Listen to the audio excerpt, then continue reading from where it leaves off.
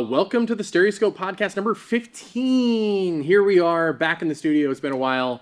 We have got some stuff cooking. Anthony's been doing a lot of projects. I've been incredibly busy. Sean, what have you been up to? At home. At home. And outside my home. Hey, you shot a couple movies over the summer. That's true. Yeah. They're going to be out there, and it's so much fun to do them in the world of Portland, Oregon, where we make things in Oregon. Yeah, we are makers here, that's for sure. Made stuff. Movies. Yeah, so we're back in the studio. We've got a bunch of news today, a bunch of new stuff. It feels like we're like just on the tip of the next generation of XR and VR stuff. Yeah. Because all the stuff that has sort of been cooking for a while is starting to finally like release. Or strong rumors of release. Yeah, for sure. We finished the fire. Heard. The first one straight out of the gate it feels like we should know more at this point, but we don't, especially because this was supposed to launch last year. Is Samsung's Project Muhan is reported to be releasing October 21st of 2025 this year. We talked about that in a previous episode. We talked about it a bunch because we heard about this 2 years ago. Yeah, one of the more hotly anticipated. And they've been working on it for, I think, 5 or 6 years. Supposedly, Samsung's XR headset was supposed to come out like 3 years ago. Yeah. Similarly to when the iPhone came out, they're like, oh, and they went back to the drawing board after the AVP came out. So delays. Yeah. So it's gonna, as we've said before, it's gonna be running Android XR. This is a co-branded Google/Samsung headset. It's running the Snapdragon XR2 Plus Gen 2, which is the next iteration of the same chip that's in the Quest 3. It's a little bit more powerful. So it's not a generational leap in processing power, but it is more performant than the other one. Mind you, it's going to be running more stuff. So yeah, this is like the biggest sticking point for me on this whole device. What sticking point? What kind of stuffs? Yeah, it's also running high-resolution Sony micro OLEDs. They're not using their own. We were talking about this. There was some speculation whether they were using their own Samsung OLEDs, but it looks like they're using the Sony ones. But supposedly these screens are going to look better than the AVP. We don't really know how. What does better mean? What does that? How do we define that? I'm guessing that they'll probably find some way to deal with the persistence issue and the smearing because they've had some time to sort of iterate, and it seems like they are. Explain to me why the smearing or less smearing is better. Smearing? Yes. For those who know what it is to persist. So, or to persist. OLED panels, the way that they work is that they turn on and off, and that sometimes they don't do it quick enough, so it creates a smearing effect in headset. It's basically refresh rate, more for the gamer side of things. It's refresh rate basically. And so it's a baked-in quintessential issue with all OLED headsets. There is some technology to sort of like minimize that, and these micro OLEDs we think are specifically designed to minimize that. So that's So basically, if you demo the AVP or own one, and you move around and you see a sort of like fuzzy ghosty thing happening every time you move your head, that's the persistence we're talking about. Yeah. If you're lucky you didn't notice it, I noticed it immediately and it ruined the entire and I barely noticed it at all. Yeah. To be said, it's also going to have eye tracking, hand tracking, multimodal. So it'll have their version of it's going to have the Google Gemini baked in. And it's also got the external tethered battery, which you can see up there. Supposedly, this battery is hot swappable, though. Yes. So that's a big There's big a good deal. improvement. The other thing that we're hearing from lots of the reporting is that the headset is finally got a very specific price range locked down. It's going to be between $1,800 to $3,000. Yeah, if you can call that specific. USD. And that's USD. And I think the last time we talked, there wasn't a specific number like that locked down. What was the last thing that cost upwards of that 3,000, 2,000? Was it Well, the Apple? The AVP, yeah. Yeah. Yeah, so Starts the- at 3,500. 3,500. Yeah, it starts at 3,500. After everything, most people that get it's like 4,200. Yeah. So the fact that they're launching at it between $1,800 and $3,000 means that they want to undercut Apple. They probably wanted to launch it for more, I'm guessing, but they realized that nobody's going to pay that because look at how many AVPs were sold. Sure. Or they're just actually targeting the rumored price point of the next Of the AVP, competitor, whatever. yeah. Because I- the next AVP is going to I be. would guess that the Apple Vision Pro competitor will launch at $1,500. Oh yeah, see, and I've heard the strongest rumor I've heard is 2,500, but either way, significantly less. Sure. I mean, I guess So, I always either way, we're in want that- it to be less. Of course, and maybe it will be, and that's right within that window, right? Yeah. It definitely feels like Coach Burberry Prada. Like, where's your price point for that? What do you want? You Well, know, and what these is the are status? luxury devices. Yeah, I mean, yeah, once you go over $1,000, it's a luxury device. Yeah, or $10,000. That's a camera that's like one of the cameras that we're using here, or three of them combined would be like three of them upwards close to combined, that. Yeah, and so the other thing is budget. that you have to keep in mind is that they're only targeting 100,000 launch units, and the first batch of units is only going to be available in South Korea with a sort of the inverse of the Apple Vision Pro rollout, which makes sense because Samsung is a South Korean company. And it seems like they're explicitly trying to have the headset hit most of the problem places of the AVP. Like it's smaller, it's lighter. I mean, even from photos, you can tell that it looks less bulky. Yeah. I think that little flap on the top is a little bit misleading, but Yeah. supposedly it's like heavily compressible. So Yeah, I've heard it's really comfortable. I mean, Yeah. that's been the report. also there's a better weight distribution, I've heard. Feels like it's a seal too. Like you're actually blocking a lot of like light from above and around. Yeah. Well, Like, that's the actually, idea, interesting you know? is that it has much more of an open periphery design than even the Apple Vision Pro does. Because the Apple Vision Pro creates a literal seal Yeah, when around they your face. literally This, scan if your you face. can't see, Right. there's actually not very much blocking light at the bottom. Supposedly there is a bit that you can get that can close that, but it doesn't launch with it. Yeah, interesting. So the other interesting thing that has sort of leaked out around the same and sort of gives more context to the Project Muhan is that Samsung is preparing to launch a feature for its flagship phones, which allows a similar 3D capture as to what Apple rolled out for their phones. Yeah, like they're doing what Apple forgot to do.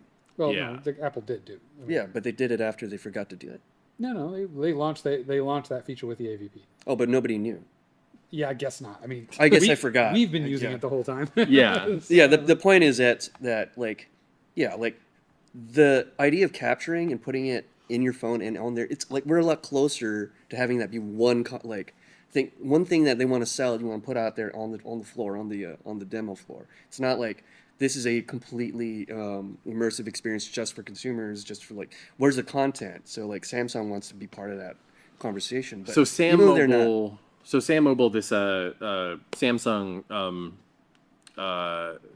watching site, they first found this feature, and it was in it was like leaked Yeah. in an existing phone, and they took the app and they sideloaded it onto like current flagship phones, and it worked. So there's also some documentation within the app itself that says this content is designed for viewing on Galaxy XR headsets. So that pretty much tells us what the headset the is name going to is be gonna be- called. yeah. Yeah. So it looks like Project Muhan is going to be called Samsung Galaxy XR, which of course it is. Yeah. yeah, to infinity and beyond. I don't know why it took them 2 years to come up with that name. Well, they probably But- didn't. They just, I don't know, maybe there's some sort of mystique around like, ooh, it's Project blah, blah, blah. And so, like, Yeah. it makes it feel like a Skunk Works thing. No, or something. I had heard though that they were tooling with the name even as recently as like 2 or 3 months ago. If they'd really put a lot of effort and ended up at Galaxy XR, then that's kind of pathetic. That feels like It's the some most obvious name possible. It feels like But it's also like it's a company who named their foldable the Samsung Fold. Galaxy Fold. Galaxy Right. Fold, yeah. So I don't know. Yeah, it's an obvious name. That's what I'm saying. If they spent a lot of time on it, then that's fine. it's the familiar brand. Like Galaxy has been around forever. not When a I think of a bad Samsung Galaxy, I think of their phone. Yeah. You know, I don't think of a TV, right? I think of like the phone. Yeah, And, it you is know, their it's- mobile yeah, device. yeah. It also family. supposedly works on all their high-end models currently.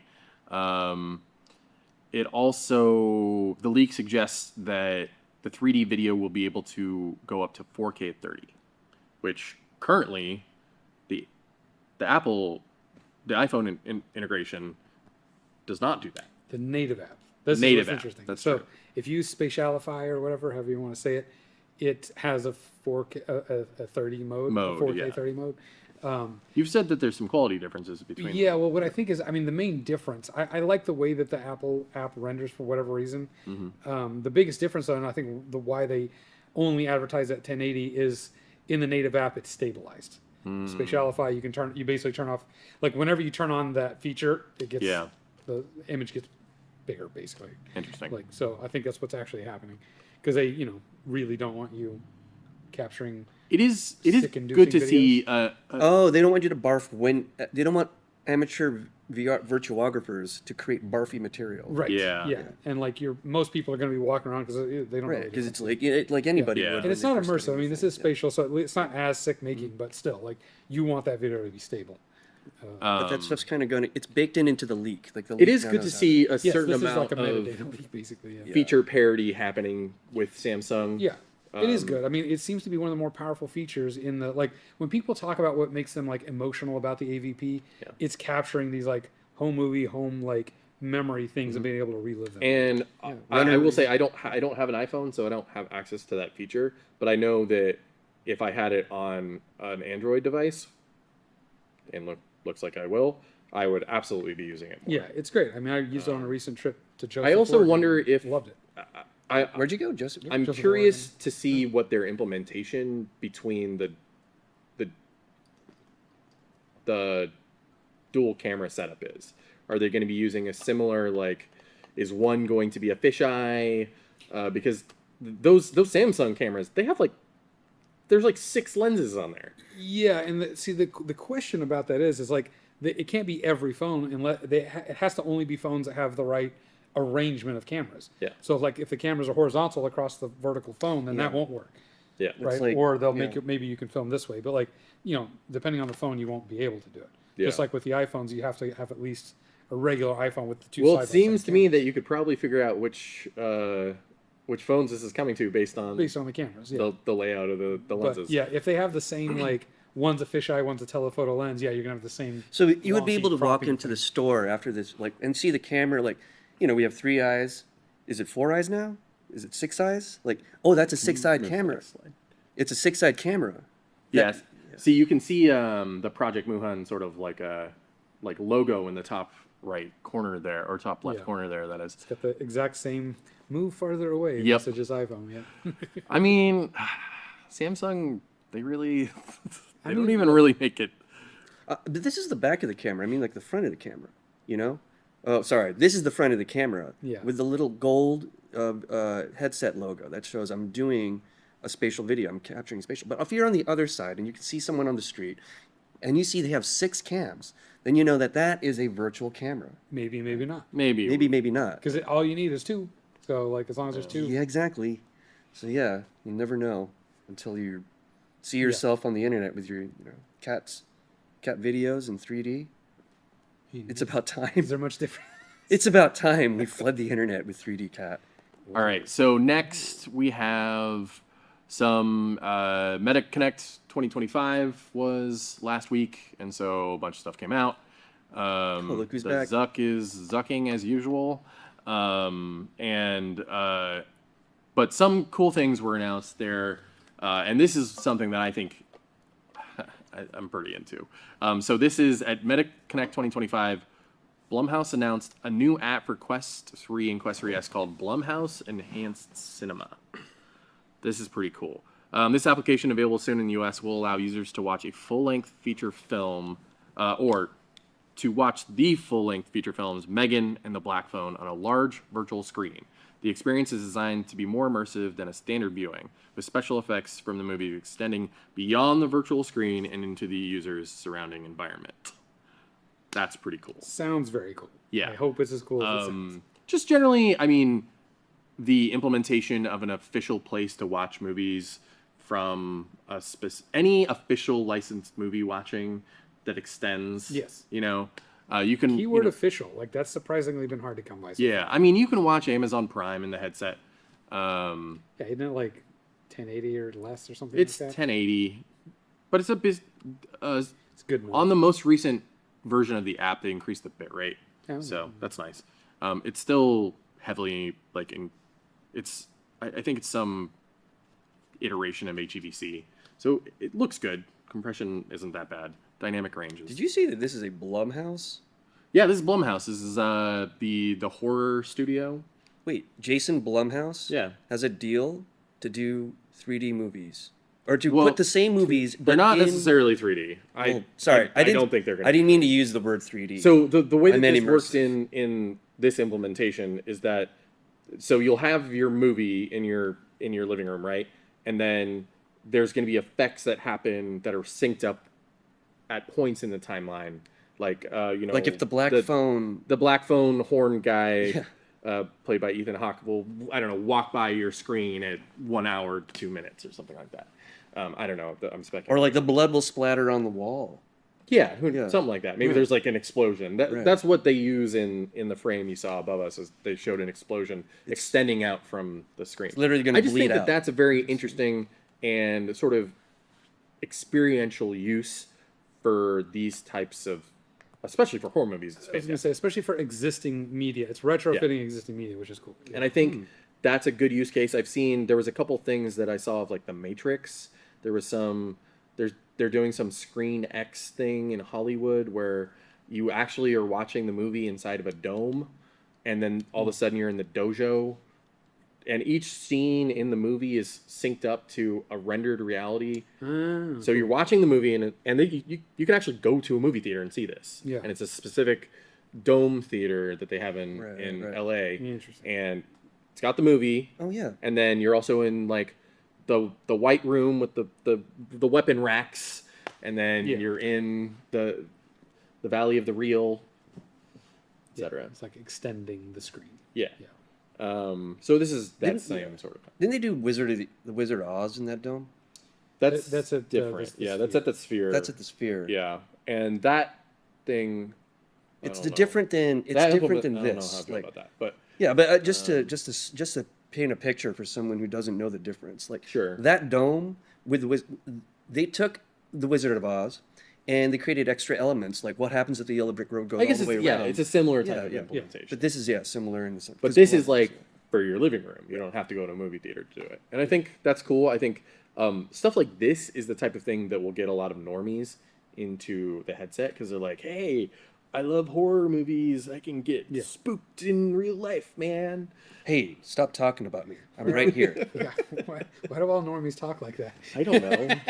That's normie speak, obviously. Obviously, come on. Obvi. So it's the first time we've seen something like this done with like a full movie, and that's pretty cool. Yeah. I appreciate that. Yeah, I'm looking forward to more Blumhouse movies in my life, especially. And it's not the first time that Blum worked with like VR stuff because they've done their like Horrorverse, Social World, and Horizon Worlds, and all of those are based on their other Eli Roth was. franchises. There's also the Eli Roth thing. I mean, I don't think they're associated, but Oh, no. yeah. So this one is actually this is interesting. We just watched this. So also announced, you could see behind us, James Cameron was at MetaConnect 2025, and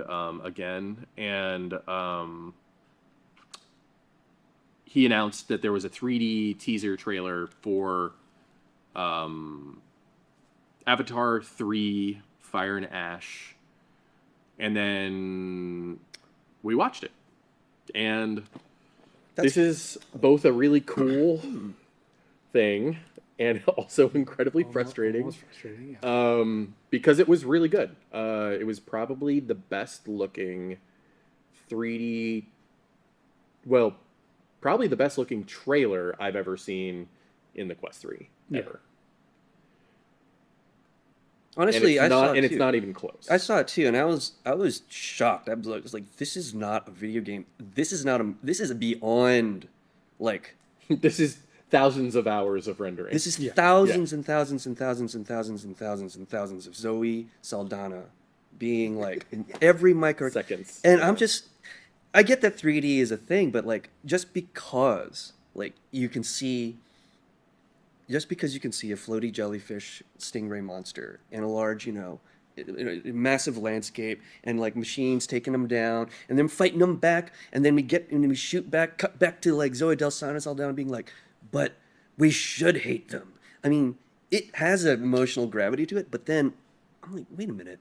It's also This is even better. It's also the 'cause best it's- implementation of the 3D that I've ever seen from the Avatar movies. I've seen all the Avatar movies in 3D, and I used to work at a movie theater that showed Avatar in 3D back in the day, living room theaters in Portland, Oregon. And I probably saw Avatar in 3D probably 2 or 3 times, and those were active shutter glasses. And if you've ever used any type of like theater 3D before, every implementation of 3D dims the picture. Yeah. That didn't happen. Whether it's the active shutter or if Right. it's the polarized lenses, you're effectively Cutting your light in half. And not just that, and this is another thing that I noticed is that trailer was not at 24 frames per second. Correct. Yeah. I don't know if this is true, but it didn't feel like it was 24. No, it was minimum 48. I think Minimum it might have 48. actually been 60, but like, Yeah, But it still had this cinematic quality. Like it there was something absolutely about- did. it's a little bit. See, I might be a little bit more sensitive to that shutter speed. So like, to me, it looked more like a video game. Yeah. And I recognize that you sort of need that for this format, but I can't help, especially when you combine high frame rates with computer generated graphics. It just screams video game. It definitely to me, looked but I'm more an like old man. I agree with you. Yeah. No, I mean I agree with you. But the problem is that 3D in general, motion blur kills the 3D effect. 100%. And so, But there's none of that in this. well, and the interesting thing is Which is that part of the. this is It's good. And it's bad. interesting though because like the 48 frames per, if this is in fact at 48 frames per second, which we highly suspect it is, or 60, the 48 frames per second was created to minimize the loss of light for the shutter glasses. Right, as in 48 versus 60. Yeah. Yeah. Versus 24. Well, right. I mean, because like 24 was like the way they arrived at 24. So you're getting 2 frames per shutter rather than 1 frame. Well, per shutter. you're getting or 12 frames one per frame shutter. per eye per shutter. So Yeah, like right. you're getting 48, but it's 24, 20. It's like Yeah. this. But yeah, I mean, they arrived at 24 back in the day because that was like as fast as it had to be to give you persistence of vision. Yeah. Any slower, you notice it, and any more, it's a waste. So that's where they. Yeah. So this is a similar thing. It's like you can't really go any slower than 48 Yeah. and get the effect. But Exactly. Yeah. But here in this implementation, you're still getting more frames per eye because the shutters aren't happening. well, right, yeah. Yeah. This is more native, so there's no Yeah. weird blank. So the 48, feels it's more interesting fluid. because it feels like it's less necessary on a headset because you're getting Yes. pure image data per eye. Right. But it still looks really good. And that's the thing. Like, I think it's going to be the slow rewriting of what we determine and label cinematic. And also, people are so used to video games at this point. That's what I'm saying. That's why I say I'm an old man. Like, I have not played. Yeah. I didn't grow up playing video games the same way. Like my laptop is capable of 144 hertz, Yeah. and I prefer playing video games at that frame rate if I can get there. But like the thing about this trailer, okay, have you ever played a video game and you've seen like a cutscene, right? The cutscene is somewhat different from the actual gameplay. There's a different Yeah, persistence usually division. a lot of times they'll render the cutscenes at 30 frames per second. But this trailer Wow. felt like actual gameplay footage and actual like cutscene footage, and that experience. I think if you're doing something as broadly appealing as Avatar, works because you've got dad, mom, and their adopted child, and they all are like, this is like a game. How can Yeah, you now we tell? can all be part of it. How Yeah, can you tell? exactly. Can you tell the difference? Can How anyone tell the how can you difference? tell that you're Well, and one of adopted? the other That's- interesting Exactly, implementations, exactly. It feels like it's a seamless. and Yeah, one of the other exactly. That's interesting the perfect metaphor implementations is about adoption. this usage. Let's adopt this technology. We better clip this. And one of the It's other gotta be interesting seamless. implementations of the rendering on Quest is this is by far a higher resolution than I've ever seen anything rendered Yes. on the headset. So Yes. they have to be doing some magic under the hood to be able to make this happen, versus what they've been able to make happen in the past. Because this was like, sort of, it felt more like 4K. I'd like to know really what did. the source file for this was. Yeah. Because it looked like it was 4K, but you can't actually get 4K PPD for a film on the Quest 3. Or if you can, it's still simulated 4K. Yeah. Like you can't. There's not because the screen's not 4K. Yeah. Right. Yeah. Yeah. That's interesting. Not for eye. How's this interesting in the sense that in the cinematic immersive, like the experience of being familiar with like your TV at 4K and then being 4K in your Well, that's kind of the question, right? Like it relates because like we're talking about now perceived resolution versus actual literal resolution. Yeah. And so like since literally you can't have 4K like native resolution in that view window in the headset, but it kind of looks like it's 4K. So how are they doing that? Yeah. Because it's not just a straight like 1080p file or a 4K. It could just be a 4K file. Maybe that's what it looks like when you oversample. It But- feels like it was a 4K file that they got to render at a very high perceived PPD. So, like this gets into some of the stuff that we've been talking about. Right. So it's one of those things that like we'd have to just look under the hood to see. And if there's that's no way what they're doing. that we Yeah. are going to be able to know without. But where breaking where's into- the trailer that we watched? Where's that hosted? Yeah. It was on Meta TV, Yeah. Okay. the new Meta TV app. Gotcha. There is some speculation that Meta may have changed their rendering tech for the Meta TV app. The existing Meta TV app has been deprecated. Really? So all of our videos Gone. going forward are not available on the Meta TV app anymore. Yeah. All that stuff is just, Yeah, they've gone fully It's gone. curated. They've ditched all the user generated content. unless it was in-house or partner Like produced a content, meta sponsor. that stuff is gone. Yeah.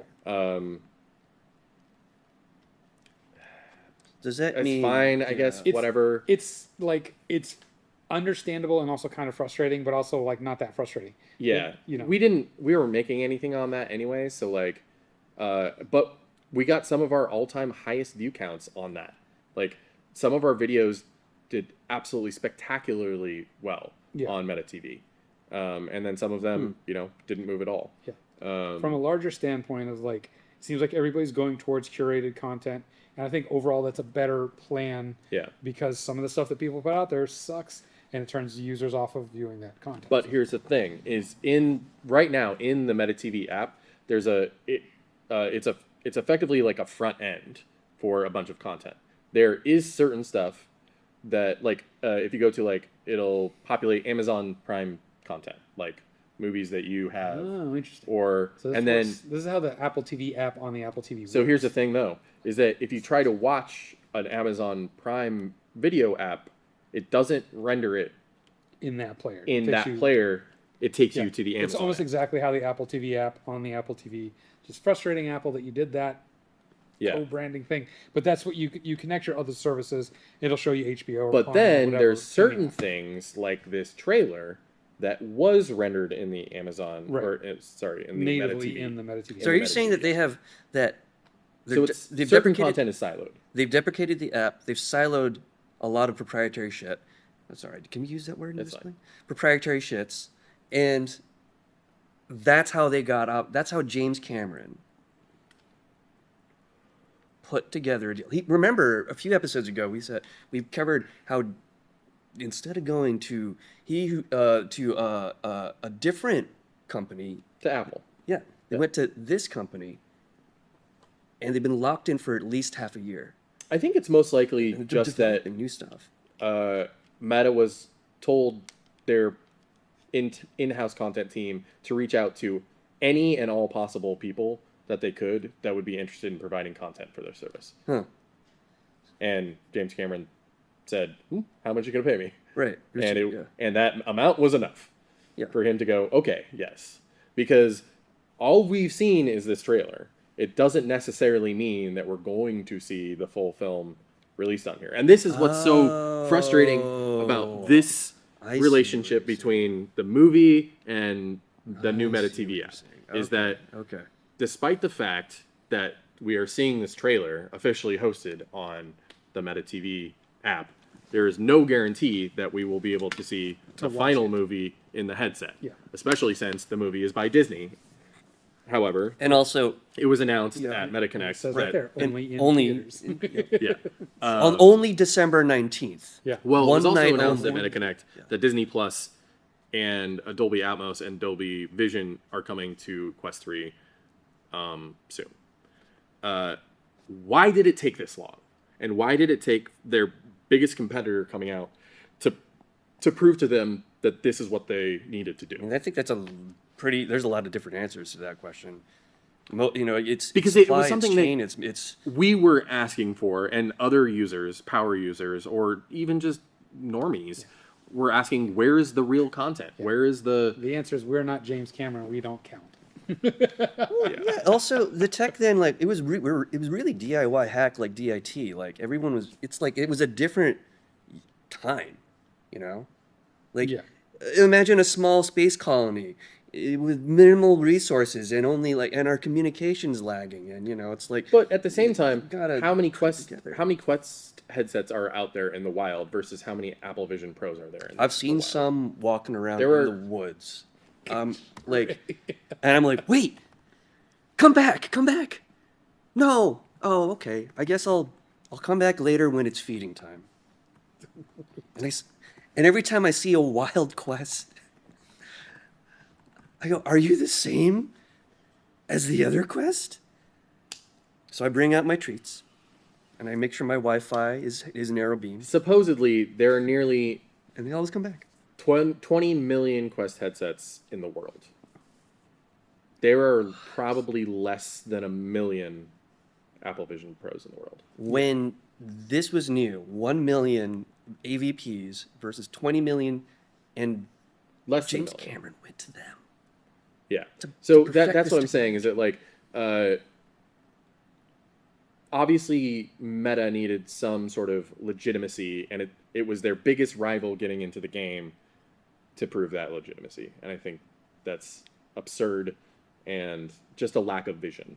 And I don't think it's surprising that that the Zuck is constantly playing catch up. Wants to remain part of the conversation. Yeah. But the And table he- was set already by Yeah. Apple, and But a board of directors still runs that company. I know he can't be fired and all that good stuff, but Yeah. there's, running a company, especially in a full capitalistic society, means certain things. The priority of the company is to make money, not to make a good product. Yeah. And so Newsflash. you have to it takes a certain push. That's why I think there's probably people at Meta that were like, yeah, we want to do this. And well, we don't see a reason to do that. Well, and then and Apple does it there- all of a sudden we see a reason we to do also it. have to- And all we the have to- engineers are like, We do have to reiterate that once upon a time, you could actually buy movies through a Meta /Facebook /Samsung portal back on the Gear VR and early in the Rift days through an official app, but they deprecated that. And I think most likely what it was is all of the various powers that be were like, well, we gave you the license to do this, and Nothing There's no happened. money. Nothing happened. We didn't make $1 bajillion, so let's just Yeah. close Right. it all down. Why are we finding? But now what about these theaters? that things we have keep it changed. The open? tech is dramatically more usable. That video that the trailer that I just watched was comparable in quality to Apple Vision Pro 3D movies for the first time ever from an officially licensed 3D movie trailer. And I really hope they do the whole movie that way. Because Absolutely. I would love, amazing. especially if they're getting Disney Plus, there hasn't been any communication on whether or not the 3D because on Apple Vision Pro, all of Disney's 3D movies are available through their Disney Plus app. There hasn't been any communication about whether or not the Disney Plus app that is launching later on Quest 3 or on Meta devices is going to include that 3D content. If it isn't, You just never know. then Let's take a moment. cool, I can watch The Mandalorian in my headset, Yeah. you know? Oh, But It'd be like Disney's like, in 5 years we're going to come out with our own headsets. We're just gonna hang yeah, on to and that. you know, Kimmel's coming back tomorrow, so we'll see if what the cultural consensus is on whether or not Disney is canceled. You know? Whatever it is, it'll be different by the time this comes out. Yep, almost certainly. I just want a Jin style headset that I can put on to block out the world that we're living in, I mean, but also be part of it. Yeah. You own a Quest 3. It's not the same. yeah, but he- it is. He wants the Matrix. All right. This is the ignorance is bliss scene. I've heard of these words before. I guess so. Okay, this is interesting. Meta teased that this trailer is just the beginning of how fans will be able to experience the world of Pandora. The world in Avatar, not the app. We'll have more trailers for you in the future. You're right. All right. So this next one, moving on, this is sort of another continuation of stuff from last year. So last year, This old chestnut. base or is it Hyperscape? If you're not aware, the cameras on the outside of the Quest can also capture your surroundings.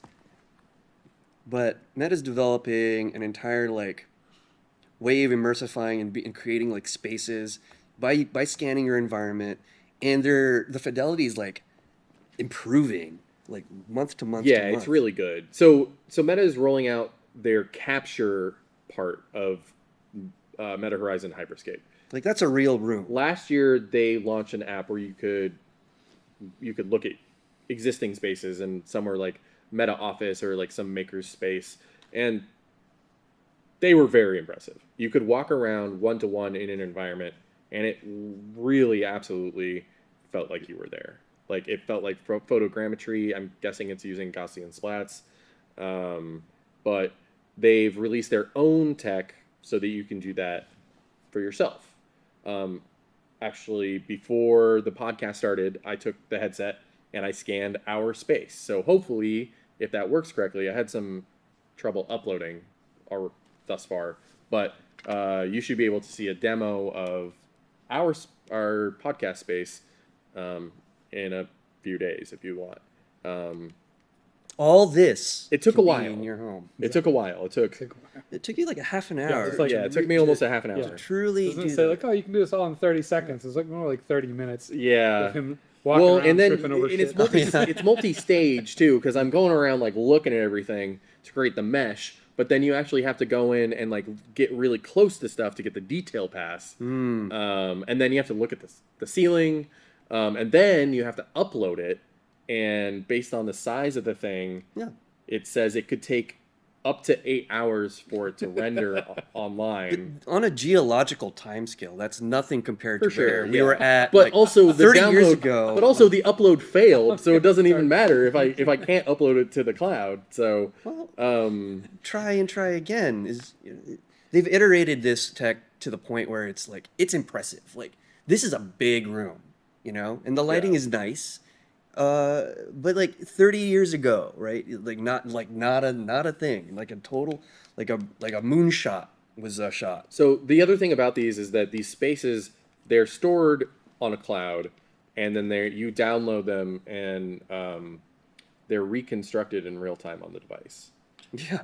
Again. And they're going to be utilizing, so it's their capture tech is based on their new meta rendering engine that they're using for Horizon, because they created their own proprietary game engine for Horizon that seems interesting, but we'll have to see what it. I'm skeptical. They promised a lot already that they have yet to deliver on. So, but supposedly these hyperscape scenes will be usable by other people other than just yourself. So you could use it as the basis for like a Horizon world and invite people to like your own home, that type of thing, which is pretty cool. Yeah. I would use this, like I tried to do this last year when I was scouting locations for the feature film that I shot back in October. Tried to do the Gaussian splatting thing with Grazia or whatever. Yeah. Did not work. Never got it to work right. Oh, dang. This I would just. I'm still looking for, like, this sounds like the easier actual usable solution where no weird app, like it's all one ecosystem. Because you were using like a different app on the phone and then uploading the splat to Grazia to try you to like blew get my mind. Using that to scout a location. Yes. Oh my god. So that way I can be like, here, my gaffer, like look at the space. Oh yeah, we can put lights in the ceiling right there. Like, whoa, it'd be huge for me. Would use it, and all you the could time. even start planning out shots and stuff that way. Yeah. Put the camera here, put the lights there. So cool. Yes. Oh yeah. And then especially if you have like multiple headsets and you can get other people into that space, you could literally be like collaborating with like actors and the director and the DP all in one space. Wow. And while not I being wonder in if the you could location. even export that to even use it for like virtual photography or something like that. It's probably not high enough resolution. Yeah. Well, like what the end use the use case is really strong here for just trad filmmaking, right? You'll save time, you'll save money, you'll save like insurance. It's just like if you can literally transport your producer into the space and be like, hey, this is our location, this is how much we're paying for it per day, blah blah blah, and he's just like A plus. Like most times, like if you have to pay money for a location, you get like cool your one, and you get maybe or you get like a couple hundred photos, but somebody has a question about this one corner, like, oh, is there like power on set, like, etc. That's really cool. Or or you're like Seth Rogen in the studio, which I just started watching. Incredibly funny. So the producer visits. Catherine O'Hara is a treasure. Anyways, all right. So moving on. So this was the big one at MetaConnect, and this is a sort of a big deal in general for the larger XR industry. This is sort of a culmination of a lot of different things over a long time. We've been approaching this as a consumer device for, I think, I don't know what you mean. a couple decades now. And that's the Meta Ray-Ban display glasses. And there's a lot here. There's a lot to unpack. And so the display glasses are sort of a hybrid of two devices. You've got this monocular display smart glasses with a 20-degree field of view, 5,000 nit display with a 600 by 600 resolution, which creates a actually pretty impressive pixel per degree. 5,000 nits. That's enough. It's only a HUD, and it's not a tracked HUD, so it's not. 5,000 nits. That's enough to see outside. Absolutely. That's like bright. That's incredible. My laptop has a maximum nit of 600. Yeah. So yes, that is very, very bright outside. This is like Times Square, like levels of light. Yeah.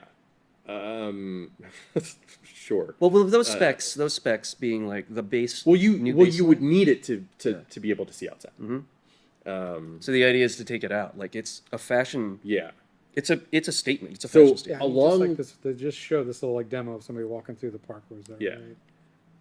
And all the influencers and journalists that I've read who have used this device, they took it outside, and they all were sort of. incredibly impressed that they were able to use it outside effectively. Yeah, like now you can do walking directions. So this seems like a pretty good representation of like the amount of brightness per. And I actually did see somebody I've got ideas for the manage to film. They while somebody wasn't looking, they took their glasses off and they put their camera screen right in front of the screen, and they were able to get it. Oh, cool. And it's the only one that I've seen of it. Of an actual. Yeah. Yeah. And it looks just like this. Yeah. Because 5,000. Yep. And it's impressive. The other element is that there's a second device that comes with this, and it's an SEMG wristband. It's right there, you can see it. And Yeah, we saw this last year at the Connect announcement with the Orion so project. it's surface electromyography, and what it does is it reads the electrical impulses in your wrist to be able to tell exactly all of the movements that your hand is making. There's also an IMU in the wristband itself, so it can measure internal movement unit data. I love the subtlety of movement that you can do. Like it doesn't have to be seen by a camera. It can be down by your hand. Like that's really neat. Yeah, like, you I can think hang this out is hands in inertial pockets. measurement. Yeah, I think of all the technology, that's the coolest to me. Like that. Yeah, well, and also it seems to me like they've been developing this ESMG band tech for like 5 or 6 years, and they were just like, we have to pair it with another device to be able to sell it. Right. Yeah. Start selling it now, not in 10 years or whenever Orion comes out. But from the people that have used it, from what I've heard, a lot of people are almost more impressed by the wristband than the glasses. Yeah. Though I have heard a lot of people say that they were more impressed by the glasses than they thought they were going to be. Yeah. But still, and especially Heaney from Upload VR mentioned that it still feels just like a single monocular. I love how light. tall, like, makes Mark look really small. Yeah, even though, that's like a good foot of distance higher. They're not that different. He's only in height. about maybe 10 inches, not that maybe different 8 in height, inches but, higher. like, Yeah, He makes looks him look like an ogre. diminutive and kind of like childlike in a sense. I mean, I will say I am very, very interested in this product conceptually. I don't think I would ever buy one. why Definitely not a monocular one, but I could absolutely see myself buying the inevitable 2027 binocular refresh. Yeah. The thing that's interesting, especially some of the use cases they show, like somebody walking through the park and like reading text messages. Does anybody really want that? Like, I think people do, but I Some think people do. there's some like. I think I actually am one of those people. Like the walk in the park is like, that's me getting away from tech and away from texting. I would like that, absolutely use the Spotify integration. Yeah. And especially if I'm in a place away from home, the navigational stuff. Yeah. Absolutely. That's what I'm saying. There's definitely like use cases that I can see that are awesome. But at the same time, like, it's like even me with a watch, right? I totally understand. I often take this off. I'm like, I don't want to be disturbed. I'm just not going to wear the watch. Well, if that's the case, then just leave your glasses at home. Right. But if like, I think this is a high-end luxury, right? You know, if you could put your prescriptions in it, you can travel and you can be heads up. Like, I don't want to be down here if I'm not in a place that I'm unfamiliar with. Yeah. If I want to be up here and just not only take it in, but just know where I'm at, so that if I have to go down the street again without my phone or glasses, I just know the way. So this seems to be the idea. If it's 5,000 nits, you're way outside. Yeah. You have the other element ability to of take these time glasses to be is there. an But I see iteration of the AI capabilities of the existing Ray-Bans, right? So these have dual cameras in them. You're going to be able to. Part of the thing is that what they've realized is that some people don't like responding to the Ray-Bans. They don't like talking to it. Yeah, and they don't like. I would be one of those people. I would definitely be one of those people. I've tried. I think it's so awkward doing voice commands in public. I just literally don't do them. I don't really do them that much unless I'm at home, and I don't really do them that much. Yeah. Okay. So period. But bad use case scenario. Example of a bad use case scenario in your life where you might. If you're on the bus, and you're like, "Hey, Meta, blah blah blah," tells you everyone on the bus that I am a tech influencer. I probably have thousands of dollars of of stuff that you could rob me. And this with is right where now. I live. Yeah. Yeah. Yeah, and it's just obnoxious. I mean, And it's just like- obnoxious. And I'm somebody who, if I don't want to hear your stupid phone playing music at the bar. correct. At the bar, at the park, at any fucking where, actually. Yeah. I don't want to hear your stupid stuff. Turn the volume down. Put in earbuds. Yes, I don't want to hear your colorful metaphors. Yeah. So, yeah. Anyways, so the interesting thing about these glasses is that they're really the first full color display glasses that have been available at this price point and with this functionality and at this like size. Yeah. I don't even know if there's another full color display glasses that has launched. I think all of them have been like green or Yeah. like red. Certainly not stuff that you don't need a wire for. Like this is. Yeah. And this is they're all standalone. Supposedly it's running the same chip as the existing Ray-Ban glasses, so they're not going to be particularly performant, especially with all the extra stuff they're doing. But I think this is very much. I see sort of a split opinion on this. Some people are thinking that these are going to bomb. I do not think they're going to I don't bomb. think they're going to bomb. I think they're actually going to be a huge hit. Where are they going to put them in a? Where are they going to leave them out? Like, What do you mean? like where is the entry barrier for this? Like, is it online? You want to try on glasses? You got to put them on your face. Oh yeah. I mean that is a huge problem with all video glasses is it's experiential and you can't really demo it. Yeah. But I think that's why, their existing implementation of the UI. Well, and also the fact that they're partners with Luxottica, so Yeah. those things you can get them in Luxottica In stores. Right? And yeah. I mean I've never set foot in a Ray-Ban store, but I actually have. plenty of weirdly people enough, have. yeah. Actually, one time I did. I was at Universal Studios. Yeah. And they had a Ray-Ban store. And I walked in and I went, "Oh, hey, that's cool. I I can't don't even know if afford there's that." a Ray-Ban store, just as like a sunglasses store, but yeah, Yeah. either way, yeah. So if you're at the Ray-Ban at Universal, like there might be an augmented experience that Universal like bakes into their store experience. If Yeah, it's actually, like, part of now that you mentioned that, they actually during MetaConnect, Disney, they showed a video of Disney employees walking around Disneyland, interacting with not these but the existing Ray-Ban Meta glasses, and doing real-time AI interactions to be like, hey, what is this? And it shows like the Matterhorn, and it was like, oh, the Matterhorn was built in like 1960X, It's like your own personal audio tour that you didn't. Yeah, and I mean that's that's pretty Epcot. cool actually. Imagine walking around like the Louvre with that, Yeah. or the Smithsonian and being like, hey, rather than buying this, well, and actually, they're ending the 3DS relationship.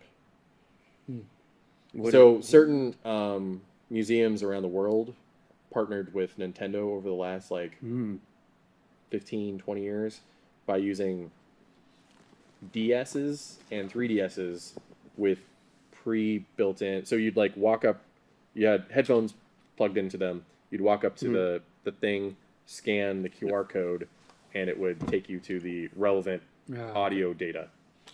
I didn't know they didn't know that Nintendo had that relationship with. Well, they're ending it now. Yeah, So I've I never read seen something it. about it like Yeah. a couple Well, days ago. it's like it's This is a new version of that. Is what instead of a lot of museums do this thing where they have a walkie-talkie and a headset, and then you basically walk around the museum. Well, and if you You're had the not there new with a version group. of the glasses, you could do live translation too. So like if you went up to like a placard at a museum in Japan, you could just scan the placard, and it would do a live translation in front of you in real time, which is, I think these type of accessibility elements and these types of like, these are the things that I think a lot of people will see as the aspirational tech and like the big not evil tech, Sure, an aspirational, I think, should be baseline when it comes to accessibility. But it is a little pricey at $7.99. So Yeah, but I mean, there are some like luxury glasses that are like 3 times that cost. Yeah, it's So, gonna find a market, I think, no problem. yeah, I mean it's less than a smartphone, like a high-end smartphone. So yes, it is expensive. It's more expensive than the Quest 3, but for a certain type of person that they've already been buying these types of products at half the price. So if it's got a display built in, double the price doesn't seem like outside of a realm. Yeah. Right. So let's get on the plane. And not just that, but I'm guessing that there's going to be a small use case for like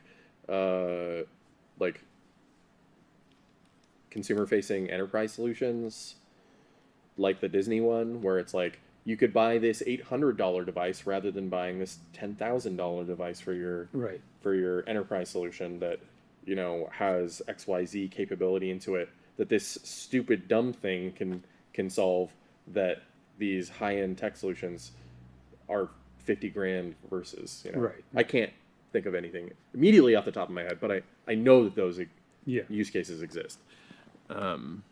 So that's cool. They were even saying that the SEMG wristbands eventually will have the ability to work as a keyboard on flat surfaces. Yeah, I saw him demo like a little one-handed typing, or two hands. Well, oh, they probably that's want good. to. There's no reason why you couldn't have 2 of them. I Yeah, guess, that's right? true. Like, They want to do an upsell on it. and I'm also guessing that secondary accessory. the wristband will eventually be usable with existing VR devices. that's what I'm excited to have that with a Quest. That Yeah. would be awesome. And then next, so we sort of touched on Vision OS 26 on our last episode, but it's actually out now. And so there's a bunch of features that were not necessarily announced in the beta and stuff that are actually out now. So we talked about this before, but PSVR 2 sensor controllers finally came. That's big. That means you'll be able to have full fat VR games available for developers, and it seems like it's built into the SDK. And honestly, having played around with this on Unity myself, getting controller, if there's an SDK for it, getting controllers working into most VR games at this point, that's like half of what the devs do. Yeah. So it shouldn't be hard to just. It's almost a one click integration at this point. I don't know what the differences are with polyspatial because I haven't used polyspatial, but I'm guessing it's not difficult. They also got their own Logitech stylus, like we were talking about a couple months ago. I haven't used one of these, but I think conceptually they're just so cool. So there's support for that finally. Yeah, persistent widgets, right? These are the widgets that can stay even when you... These are cool, yeah. The persistent... And they stay there. So actually, the new Quest home environment has something very similar to this. You can have... Your home environment has... persistent, like I put Spotify on the wall and then it just lived there. Right. But not just that, I use Qobuz, a high-res music streaming service, and in its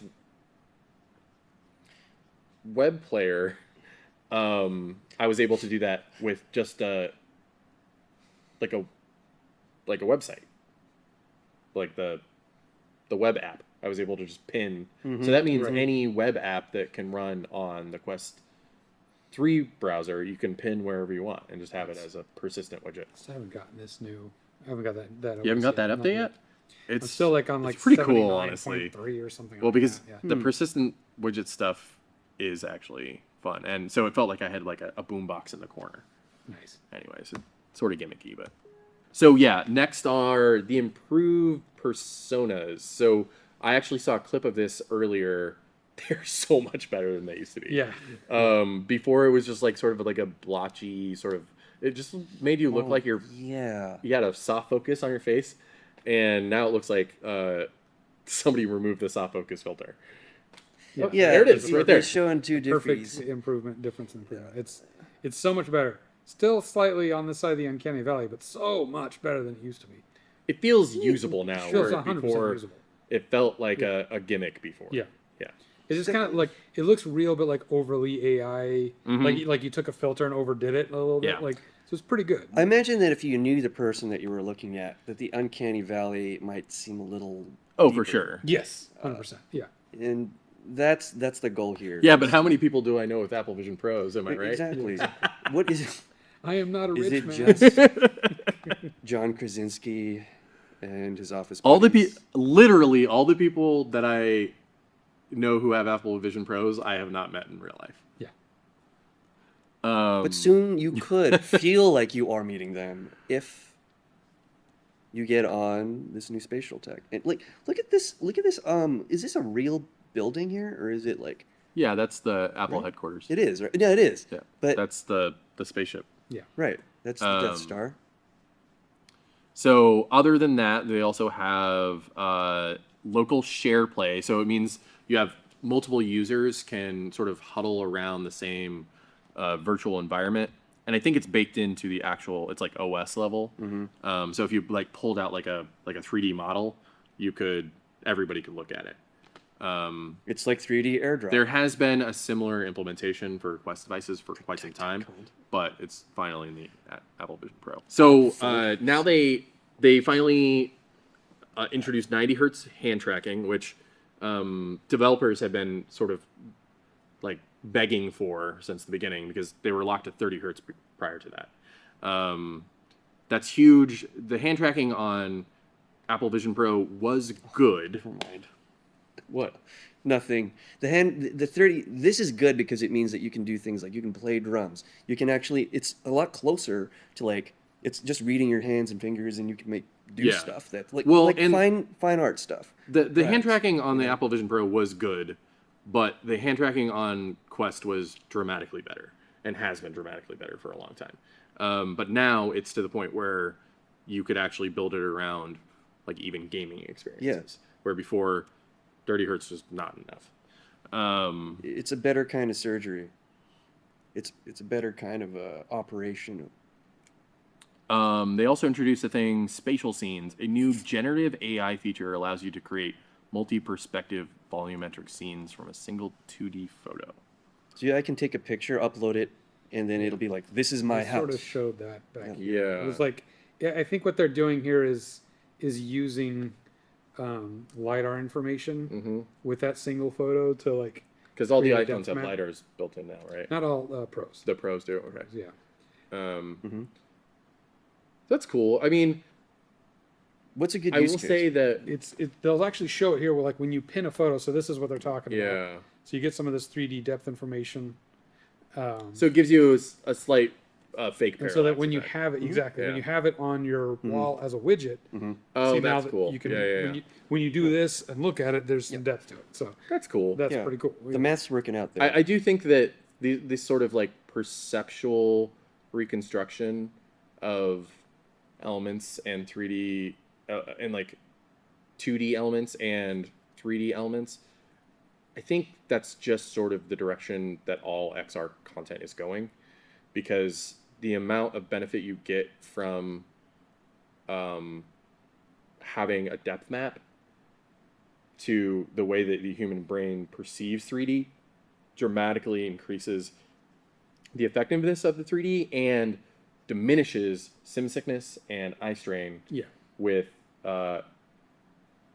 3D content. Okay. So like I think the Four-year entire industry projection- is going in that direction. So like in a 3 to 4 years, this technology is going to make this technology a little easier to put on.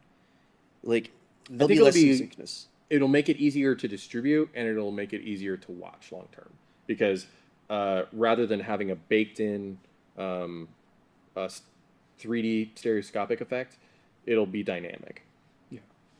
Okay. But like the difference between like taking a picture and then seeing what it might look like, what would the Mona Lisa look like? You know, from a certain left or right. These things are always going to have artifacts, right? Well, I know, but that's just the first part of it. Like that's making it easier for people to get in without feeling sim sickness, right? Yeah. Like that's the idea. And then the barrier point, the entry barrier point is Will Not this that make they won't feel it, it's just it'll decrease it. But sure. But they've walked past Go. And, Yeah. or Well, it's like, "Oh, put because on what it's glasses." doing is it's creating a full mesh for your eyes to be able to adjust dynamically to where it's focusing, rather than having a fixed focus. Yeah. And this is some real art school stuff here that we're talking about. And it's important. And I think Apple, I was sort of dismissive at first of Apple's implementation of the Apple immersive video format and their other spatial formats, but long term, I have absolutely come around to their way of thinking, because traditional 3D video has been quite limiting. So Anthony, It's also still gigantic. It still is, yeah. Yeah. So Anthony, have you ever been into a museum and gone, that Italian woman is definitely looking at me, no matter where I go. I'm like to the left, to the right. They're definitely looking at me, and then you realize she's looking at everybody because she is a painting made hundreds of years I would ago. imagine that she's not looking at anyone because she's a painting and not a human person. So you see where I'm coming from. For The entry point. They also finally, and this is a long time coming, got native support for 180 and 360 degree content. Yeah. Explain the difference here, because obviously we had this content available that was native on the headset. But So- so what do you mean? This is just like embedded in websites? Or So before, if you wanted to watch our videos on an Apple Vision Pro, you had to have a specific app or sort of hacked together like workaround to be able to watch our videos natively in an Apple Vision so Pro. there's no YouTube VR on AVP. No. Right. Okay. And the only exceptions to that were people got like created apps Yeah, to they make their own apps for their own fake content. to fake it. Yeah. Yeah. And now you can natively in Wait. We were getting faked on Apple V. We were You what? couldn't use the official YouTube app and watch. Whoa! VR. This is huge. I'm still not sure that you can, but Yeah. I mean, we have an audience that like wanted to wrap that like they built. I don't know whether or not people actually did this for us. Oh, okay. Yeah. Well, no. Yeah. It wasn't Almost Darn certainly it. not. Yeah. All right. Well, let's pretend they did. But this was sort of, creators were begging for this for a long time, being like, how did you not have this implemented? Because they wanted to push their proprietary format. That's why. And Apple Immersive Video is a interesting format. In some ways, I don't think it goes far enough. In other ways, I think, it is generally pretty cool. Like Stereo Delta is a good way to encode. But other than that, there are a lot of people who are going to continue to shoot in traditional 180 and 360 like formats for a long time in perpetuity. Right. It's not going anywhere. Yeah, I mean, there's no affordable way to do otherwise, right? Yeah, not currently. Not that you can even call this affordable, really. Yeah. Not to the average person. It also turns out that they normal. finally instituted macOS spatial rendering. This is effectively PC VR, so you can link your headset to your more performant or possibly more performant PC to push XR experiences to the device. I don't really know if there's anything built currently that can take advantage of that, because Steam doesn't even run on Macs anymore. It barely does. Yeah, unless it's virtualizing Windows or something. Yeah. I thought I had it on here, but I'm not sure now. I even tried to download Cyberpunk 2077 onto my Mac using the Steam version, and I got it to install on a separate hard drive, but I couldn't get it to run. Yeah, exactly. And so we'll see. This is sort of we'll see down the line what's going to happen with it. I don't think there's going to be a huge. This is mostly, I'm almost certain, for like enterprise creations, people who have like super ultra high res like models in So like Blender and Nuke and stuff. I've got a picture of the Enterprise D, and I want you to experience what it's like up close. Yeah. And their dev environment is Macs instead of Windows or something. That's what I think it'll most likely be used for a while. Because there's not a lot of PC. There's almost zero PC VR gaming experiences on Mac. So. Yeah, we haven't quite reached that point in the timeline. All right. Now, also iPhone integration. I think that's pretty cool. You can unlock your phone and answer its calls from within the headset. I'm surprised they haven't had that since the beginning. That to me is like wait. And also, why couldn't you, it knows what your phone looks like. Why couldn't it simulate just, your phone? Track your phone? Yeah, right. You know? I'm assuming it's the unlock part. I think that's the key. Right? Oh, yeah, because the it can't encryption. do a face scan. Yeah. Right. Because you're wearing a headset. Oh. So they're probably doing Good a call. trusted device thing, where it's like, I know this is your vision. If this Pro is or whatever. Well, it could also scan your eyes, so. Well, right, but I'm saying so they tied that together instead of just relying on the scanner on the phone itself. For sure. To Oh, you ended up getting the. Oh yeah, I went orange. So Wine. Also, game controller breakthrough. A new visual feature shows your real hands and arms holding physical gamepads. That's pretty cool. well, what if my like gamepad is like These are all good. yeah? What if I want it to be like this big? You know, or like this big, or just one. I don't think this is what that's about. Also, or like a stretchy. I don't know. And then there's some other cool stuff like, this is a big one. Developers gain the ability to use Apple's on-device large language models within their own Vision OS apps. This seems like Interesting. some top secret stuff. Just got That let seems out. like if say you built an app and you wanted it to run some LLM instructions on the device, there's now an SDK to be able to do that. But you Yeah, mean like just passing through commands basically, Yeah.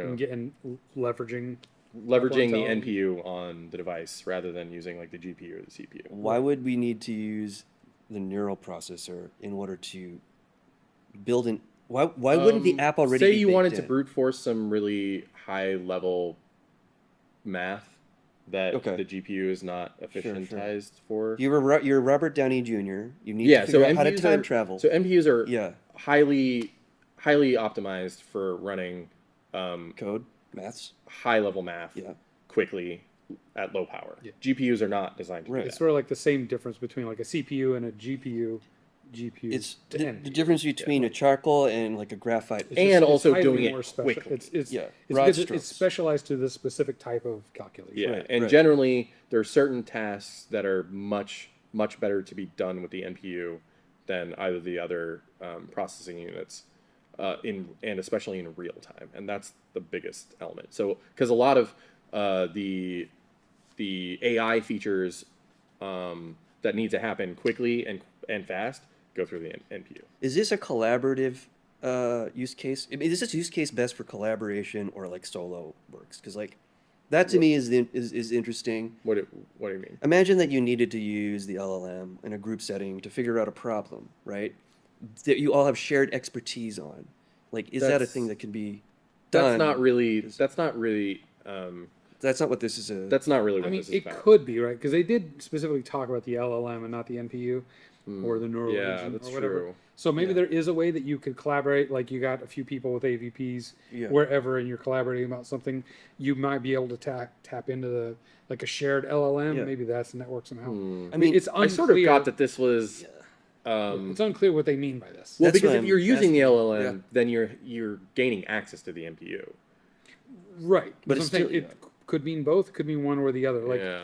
they They that's what I'm didn't saying. say NPU though. Actually, Right, they now said that I'm LLM. rereading. Which means that it's like may mean that they just have access to the LLM implementation. Exactly. So again, we yeah. don't really know what this means yet. Interesting. Either way, it's Um, interesting, and yeah. anything that's extending functionalities. Also, there's a new environment. It's Jupiter. It's big. It's cool. You saw it earlier. And then look to scroll. So accessibility, you just look at the bottom of the device and it scrolls. Oh my god, cool. that's actually And then That's what we all said. It's like That's it like- sounds so small, but that's awesome. yeah. Oh, yeah. And then team device sharing. This sounds like it's. Tell us more about what So you think. this is what, because it says like with enterprise users, right? That's specific. They use the word enterprise. So I haven't looked into this at all, but my speculation is that you need like an Apple server or a domain environment, an Apple like enterprise environment, because it said specifically Teams too. Yeah. So I think you have to have like an infrastructure in place to unlock this particular functionality. They still really, really want you to buy 4 AVPs, right? Like Yeah. Okay. So one for everybody. So this in the is family. only It's like a relevant LAN if party. you're making like lots of money. Yeah, yeah, exactly. It's like if we had an environment where we're running all Mac OS stuff and we have a server. Yeah. That's my I'd have to have guess. my own iPhone too. Because I don't think they would have used Okay. like the words Teams and an enterprise if it wasn't something that's like a good that. point. Yeah. So all this stuff is ready to go out of the box now for the most part. I think September generally seems like it's the biggest news month for all XR stuff. And this is a pretty big one. The Samsung headset is gonna make or break the next couple years, I think. Yeah. But there might be another. Well, we already know. It's the Steam Another frame. slide. It's the Steam frame. I was like, there's no slide for that. Yeah. That We didn't cover the Steam frame leak because it sort of was an implication that the headset was going to launch, but then it didn't. So Yeah. Heavy rumors that didn't turn out. So I guess we just got to keep waiting. next episode maybe. Yeah, I mean, we can sort of talk a little bit. The Steam frame is supposedly what the name of the headset is, and all of the leaks that have come out are saying that it is almost certainly a standalone headset and not a split rendering device, like was thought before, and that the split rendering is literally just going to be the next iteration of the Steam boxes, but the device itself is going to be standalone. It's like what Xreal's doing with the Xreal's doing with the Xbeam and like what Meta is doing with the SCG and on the onboard like pocket battery and all that. Like Steam Deck is going to serve that function for split render because people who have Steam are already in that ecosystem, and if you're going to get a headset, Yeah, so it's gonna- effectively, it's out like of they'll Vive. have a standalone headset, but if you own a Steam box, you'll be able to use it. yeah, it's And they even like the final patent for their wireless streaming dongle, which uses Wi-Fi 6E.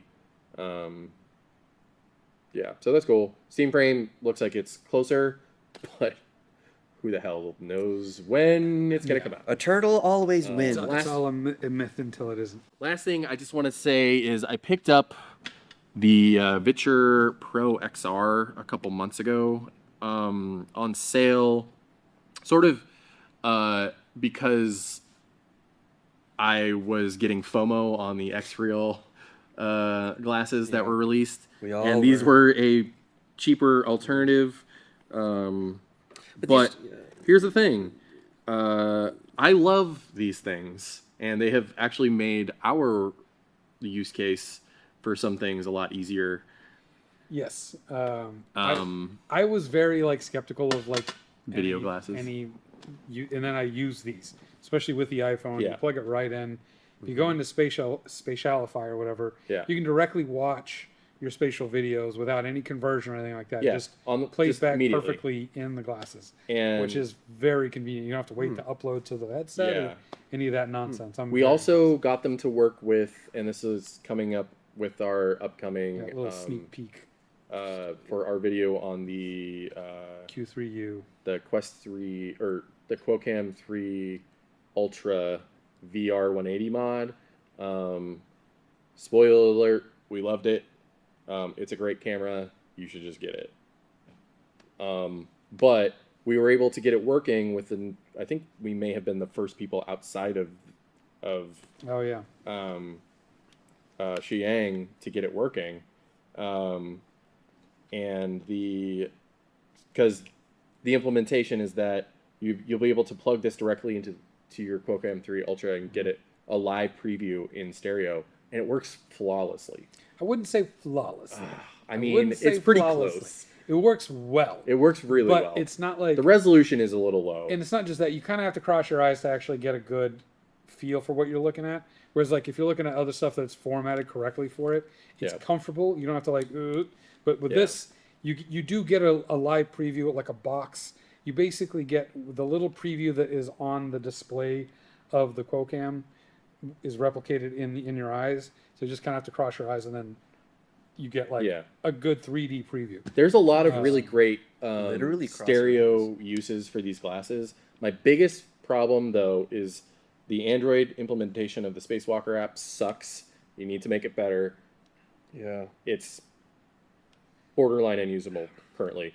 But pleasantly surprised on iOS. Yeah.